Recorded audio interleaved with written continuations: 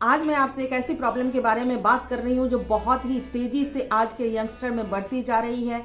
अगर बात करूँ तो ये प्रॉब्लम पूरी दुनिया में है। अगर विदेशों में बात करूँ, इंडिया के बाहर की बात करूँ तो हर 100 में से 8 लोगों को ये प्रॉब्लम है। इंडिया की अगर बात करूँ तो 1000 लोगों में से 10 लोगों को ये प्रॉब्लम है। अगर रेशियो की बात करूँ तो ये 1:3 का रेशियो है। मतलब अगर एक फीमेल को होता है तो 3 मेल को ये प्रॉब्लम होती है। इस बीमारी में 80% से ज्यादा लोग ऐसे होते हैं जिनकी उम्र 30 साल से कम की होती है। और ये एक ऐसी प्रॉब्लम है जो तेजी से बढ़ रही है। आपको पता चलता है कि थोड़ा सा मुझे कमर में स्टिफनेस लग रही है या हल्का सा पेन हो रहा है, और धीरे धीरे जाकर ये इतनी ज्यादा भयंकर हो जाती है जो आपके किडनी की प्रॉब्लम, आपके हार्ट की प्रॉब्लम या फिर आपके रिब केज को ये नुकसान पहुंचाने लगती है, जिसकी वजह से ब्रीदिंग डिसऑर्डर हो जाती है, मूवमेंट बंद हो जाती है और बाद में लोग बेड रिडन हो जाते हैं। आज मैं आपसे एएस के बारे में बात करने वाली हूँ, जिसको कि साइंस और डॉक्टर्स की लैंग्वेज में को एंकिलोजिंग स्पॉन्डिलोसिस की प्रॉब्लम कहते हैं या आर्थराइटिस स्पॉन्डिलोसिस की प्रॉब्लम कहते हैं। तो आज हम इसी के बारे में बात करने वाले हैं कि ये एएस की प्रॉब्लम एक्चुअल में क्या होती है, इसके कारण क्या होते हैं और कैसे इसका आयुर्वेदिक तरीके से हम निवारण कर सकते हैं। तो चलिए हम फटाफट वीडियो को स्टार्ट करते हैं। हेलो, सलाम, नमस्ते, केम छो, मैं हूं पुनीता झा, आपकी होस्ट और दोस्त, और आज हम एंकिलोजिंग स्पॉन्डिलाइटिस के बारे में बात करने वाले हैं। ये जो प्रॉब्लम है ये हमारे रीढ़ की हड्डी से जुड़ा हुआ होता है। आप जो जानते हैं, ये रीढ़ की हमारी स्पाइन जो होती है उसमें वर्टेब्रेट होते हैं। 33 छोटी छोटी हड्डियों से जुड़कर बना हुआ होता है। उन हड्डियों के बीच में छोटे छोटे जो है टिश्यूज होते हैं, जो सॉफ्ट टिश्यूज होते हैं, जो कि उसको कुशनिंग देने का काम करते हैं, जिसकी वजह से उसके अंदर फ्लेक्सिबिलिटी, लचक, ये सारी चीजें आती है। आप बैठ पाते हैं, खड़े हो पाते हैं, मुड़ पाते हैं, झुक पाते हैं, या बॉडी को कहीं भी आप लेफ्ट राइट घुमा पाते हैं। उन सब में इस वर्टेब्रेट का बहुत बड़ा रोल होता है। इस रीढ़ की हड्डी या हमारे स्पाइन से ही ऐसे नर्व निकलती है जो हमारे ब्रेन तक जाती है। और आपको बताऊं कि वहां से ही कनेक्शन हमारे एनस का भी जुड़ा हुआ होता है। हमारे ब्रेन कौन सी सिग्नल हमारे बॉडी के किस पार्ट में भेजेगी वो भी डिपेंड करता है कि इसी वर्टेब्रेट से जुड़ा हुआ एक सिस्टम होता है जिसको कि हम पेरिफेरल नर्वस सिस्टम कहते हैं।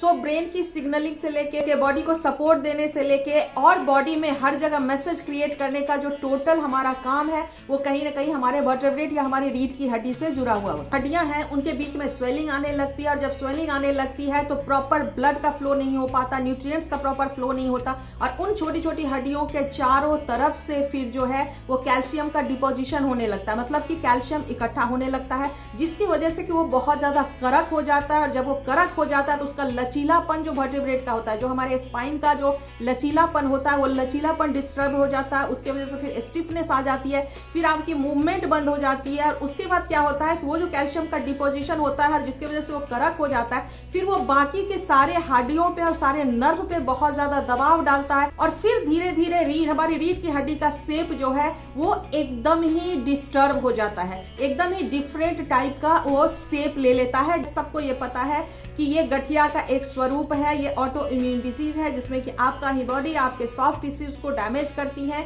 और डिपोजिशन को इंक्रीज करती है। आपके बॉडी का जो सिस्टम है उसको एग्रीवेट कर देती है, और एग्रीवेट करने की वजह से ये सारे डिसफंक्शन हमारे बॉडी में होता है।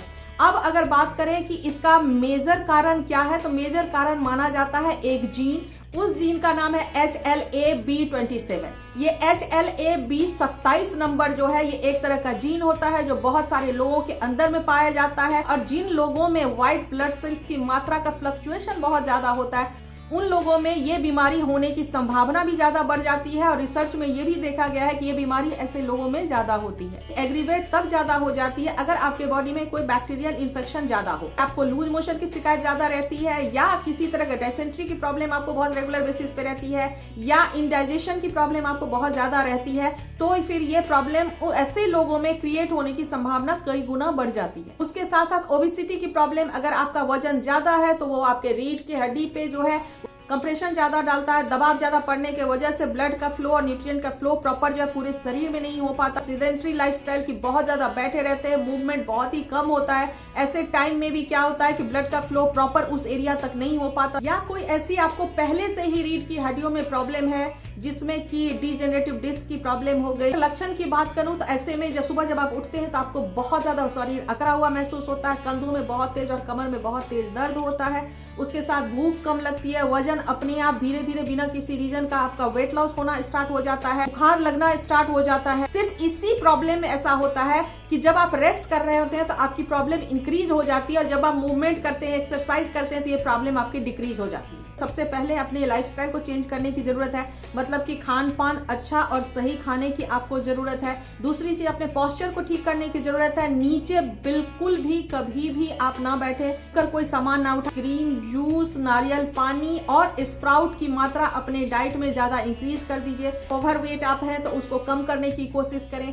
जो गद्दा ले वो फॉर्म गद्दा होना चाहिए, बहुत लचीला गद्दा नहीं होना चाहिए। सर के नीचे में कोई मोटा तकिया रखकर आप ना सोएं, चाहे आज आपकी उम्र कोई सी भी है। जी हाँ, दुख और दर्द के बिना अपनी जिंदगी को निकाल सकते हैं। तो आज मैं ऐसे ही कोई उपाय बताने वाली हूँ, जिसमें कि सबसे पहले मैं आपको बता दूं कि एक्सरसाइज इस प्रॉब्लम में बहुत बहुत बहुत ज्यादा इंपॉर्टेंट है। एक्सरसाइज में क्या करने की जरूरत है, आप सब लोग बालासन रोज कीजिए। बालासन एक ऐसा एक्सरसाइज है जिसमें कि आपके पूरे रीढ़ की हड्डी को स्ट्रेच मिलता है। दूसरा, आज मैं आपको बताने वाली हूँ कि कुछ एक्यूप्रेशर पॉइंट, क्योंकि बॉडी का सारा नर्व जो है वो हमारे रीढ़ की हड्डी से होकर बॉडी के डिफरेंट पार्ट्स में फैला हुआ है।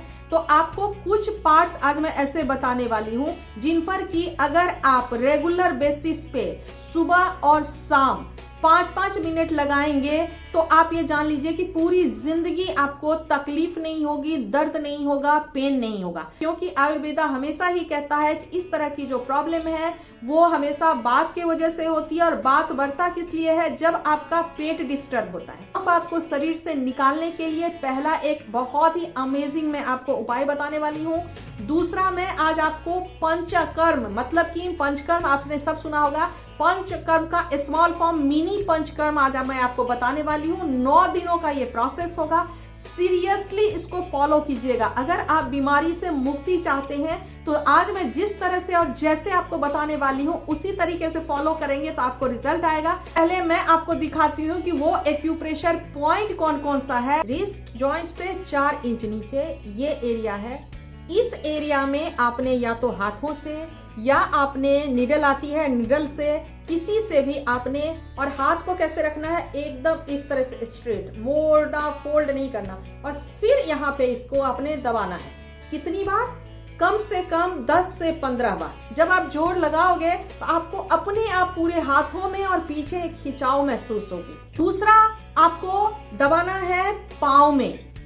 तो जो ये हमारे पाँव की जो ये एरिया एंकल की एरिया है, इस एंकल के एरिया पे आपको इस पॉइंट पे दबाना है रेगुलर बेसिस पे 15 से 20 बार। उसके बाद आप देख रहे हैं ये बैक के एरिया में इस 2 पॉइंट पे आपको दबाना है हर रोज 15 से 20 बार। तो ये आप जिस तरह से फोटोग्राफ देख रहे हैं, इस फोटोग्राफ में जो जो पॉइंट बना हुआ है, इस पॉइंट पे आपको सुबह और शाम दोनों टाइम 15 से 20 बार दबाना है। तो चलिए हम अपना सबसे पहला उपाय करते हैं। 1 बड़े चम्मच टेबल स्पून से आपको लेना है हल्दी। 5 बड़े चम्मच आपको लेना अश्वगंधा का पाउडर। 5 ही बड़े चम्मच से शिलाजीत का पाउडर। देखिए फोटोग्राफ में जो शिलाजीत दिख रहा है, आपको ये शिलाजीत लेना है। इसका लिंक भी मैं डिस्क्रिप्शन बॉक्स में डाल दूंगी।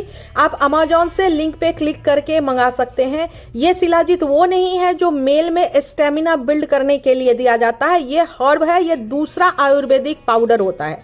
आपको कुछ नहीं करना, इन तीनों चीजों को मिक्स करना है। आधा चम्मच आपको लेना है लंच के बाद गुनगुने पानी के साथ, और रात में डिनर के साथ आपको बादाम के दूध के साथ लेना है। आप चाहें तो इस बादाम के दूध में थोड़ा सा हल्दी और थोड़ा सा जायफल भी आप मिक्स कर सकते हैं। तो 2 महीने 1 बार और 1 महीने 2 बार आपको ये पाउडर लेना है। अब जो मैं आपको बताने वाली हूँ, मिनी पंचकर्म बताने वाली हूँ, ये 9 दिन का एक प्रोसेस है। इस 9 डेज में पहले आपको क्या करना है कि 1 से 3 दिन, मतलब फर्स्ट, सेकेंड और थर्ड डे क्या करना है, पहले मैं वो बता रही हूँ। इसको ध्यान से देखिएगा और मैं डिस्क्रिप्शन बॉक्स में भी सब कुछ लिख दूंगी। उठते ही सबसे पहले, अगर आपको कोई हेल्थ प्रॉब्लम नहीं है तो घी लें, 2 चम्मच काऊ का घी, और इस काऊ के घी को आप गुनगुना थोड़ा सा करें और इसको सुबह उठते ही पी जाएं। हाई बीपी की प्रॉब्लम है, हाई कोलेस्ट्रॉल की प्रॉब्लम है, तो ऐसे टाइम में आप या तो ये फ्लैक्स सीड जो है 2 चम्मच भुना हुआ, अलसी भुना हुआ 2 चम्मच आप ये ले सकते हैं। अगर आपको थायराइड की प्रॉब्लम है, अगर आपको हार्मोनल कोई इनबैलेंस है, तो आपने ये फिर कोकोनट ऑयल सुबह उठते ही 2 चम्मच लेना है। तो अब इसमें एक और ध्यान देने वाली क्या बात है कि अभी जैसे सर्दी का सीजन चल रहा है, तो सर्दी के सीजन में ज्यादातर लोगों कहते हैं कि हमें कफ की प्रॉब्लम है, तो उसमें आप त्रिकूट को डाल सकते हैं। त्रिकूट क्या होती है कि सेम अमाउंट में पीपली का पाउडर, काली मिर्च का पाउडर और सौंठ का पाउडर, इन तीनों को आप एक जगह मिलाकर किसी जगह पे रख लीजिए। और जब आप सुबह में घी पीते हैं और ये एक चुटकी इस घी के अंदर मान लीजिए मिला दिया, इसको मिक्स करके फिर पी लेना है, तो कफ वगैरह की प्रॉब्लम भी अगर ठंड में है तो आपकी वो भी दूर हो जाएगी। रात में आपको क्या करना है कि 1 ग्लास इस तरह का बॉइल्ड गर्म एकदम पानी लेना है और उस पानी के अंदर में ये त्रिफला पाउडर, 1 चम्मच त्रिफला पाउडर इसके अंदर में डाल देना है, मिक्स करना है, इसको गरम गरम ही पी लेना है। अब हम आते हैं आगे खाने पीने पे। खाने पीने में इन 9 दिनों में आपको खाना है सिर्फ खिचड़ी। अब ये जो ड्रिंक बनाना है ये आपको 4वें, 5वें और 6ठे दिन में आपको ये ड्रिंक लेना है। तो इस डिटॉक्सिफाइड ड्रिंक को बनाने के लिए अलग लोगों के लिए अलग अलग बनाना है। अगर आपको पित्त की प्रॉब्लम है तो फिर आपको लेना है 1 चम्मच सौंफ, 1 चम्मच जीरे का और 1 चम्मच आपको धनिया लेना है। इन तीनों चीजों को मिक्स करना है और फिर आपको 2 कप पानी में इनको बॉईल करना है। और जब पानी 1 कप रह जाएगा, रात में आपको सोने से जस्ट पहले पीकर सोना है और सुबह उठते ही खाली मुंह आपको पीना है। 4वें, 5वें और 6ठे दिन पीना है। बात के प्रॉब्लम वाले लोग क्या करेंगे, जीरा और धनिया को दोनों को मिलाकर 2 कप पानी में बॉईल कर लेंगे और 1 कप जब पानी रह जाएगा तो फिर इसको 2 बार पी लेंगे। तो जो कफ की प्रॉब्लम वाले लोग हैं, ऐसे लोगों को क्या करना है कि 2-3 डंडी ऐसी दालचीनी की लेनी है, थोड़ी सी सौंफ लेनी है, इन दोनों को अगेन 2 कप पानी में बॉईल करना है। जब पानी 1 कप रह जाएगा तो फिर उस पानी को 2 बार पीना है। अब हम आते हैं 6ठे से 8वें दिन के लिए। 6ठे से 8वें दिन में अब क्या करना है, आपको अच्छे तिल का तेल लेना है। इस तिल के तेल से पूरे बॉडी का बहुत अच्छे से मसाज करना है और मसाज करने के बाद गुनगुने पानी से उसमें 1 चम्मच सेंधा नमक डाल के आपको नहा लेना है और नहा के फिर बस सो जाना है। कि 6ठे, 7वें, 8वें दिन रात को क्या करना है कि सोने से पहले आपको 1 गिलास पानी लेना है और इस पानी के अंदर में कैस्टर ऑयल लीजिए और अरंडी का तेल, और इस कैस्टर ऑयल को 1 चम्मच कैस्टर ऑयल को डालिए और मिक्स कर दीजिए। मिक्स करने के बाद इस पानी को पी लेना है। पिएंगे तो आपको 2-3 बार लूज मोशन आएगा, घबराइएगा नहीं।